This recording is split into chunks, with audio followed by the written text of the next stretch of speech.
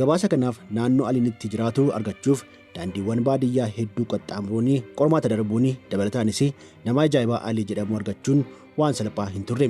Dhumarratti garuu Alii waliin qaama wal arganii yeroo dheeraa fi waan keessoo isaanii dudubbataniiru.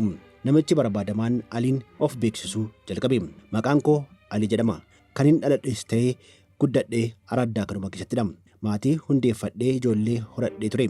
Amma garuu kan hin jiraadhu kophaa kooti kan jedhu Aliin dubartoonni dhiphinawwanii fi dhibeewwan hedduun irratti uumaniiru.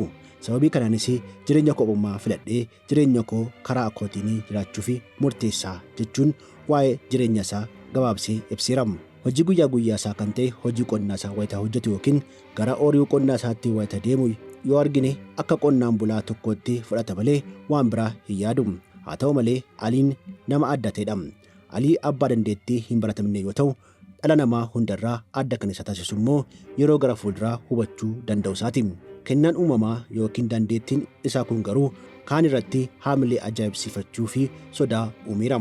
Araddaan sagaleen itti hin dhaga'amnee fi nagaa kan qabdu Aliin keessaa jiraatu raajii Alii ajaa'ibsiifachuu fi taatee addaa ta'uu irraa darbanii seenaawwan ajaa'ibaa addunyaa ta'aniiru.